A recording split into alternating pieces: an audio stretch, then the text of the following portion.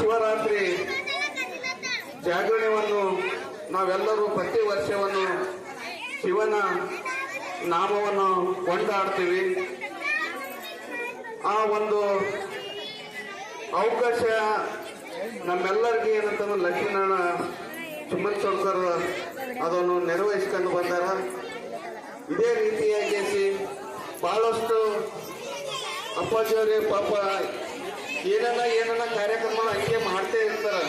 ಲಕ್ಷ್ಮೀನಾರಾಯಣ ಇವರು ಸೂರ್ಯನಾರಾಯಣ ಸರ್ ಅವರು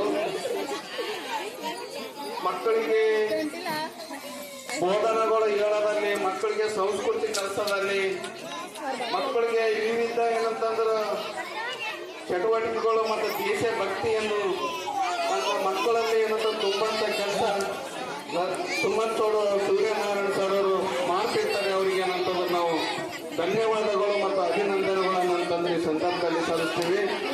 ಅದಕ್ಕೆ ಬುದ್ಧಿ ವಿದ್ಯೆ ಹೇಳದ ಗುರು,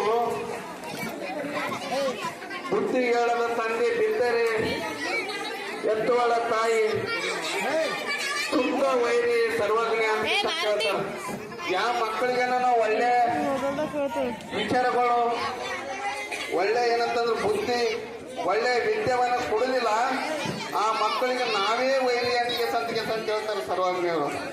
ಅದರ ಸಲಕ್ಕಾಗಿ ನಾವೆಲ್ಲರಿಗೆ ಏನಂತಂದ್ರೆ ತಾಯಂದರಿಗೆ ಕೈ ಜೋಡಿಸ್ಕೊಳ್ಳೋದಂದ್ರೆ ಮಕ್ಕಳಿಗೆ ಏನಂತಂದ್ರೆ ವಿದ್ಯಾಭ್ಯಾಸನ ಕಲಿಸ್ರಿ, ಮಕ್ಕಳಿಗೆ ಉನ್ನತ ಮಟ್ಟದಲ್ಲಿ ಏನಂತಂದ್ರೆ ಬೆಳೆಸಂತ ತಾವೆಲ್ಲರೂ ಮಾಡ್ರಿ ಅಂತ ಈ ಸಂದರ್ಭದಲ್ಲಿ ನಾನು ಮಾತಾಡಲಿಕ್ಕೆ ಅವಕಾಶ ಮಾಡಿಕೊಟ್ಟಿದಂತ ಎಲ್ಲ ಬಸವನಗರ ತಾಯಂದರಿಗೆ ಕೈ ಜೋಡಿಸಿ ಮತ್ತು ವೇದಿಕೆ ಕೊಡ್ತಾರೆ.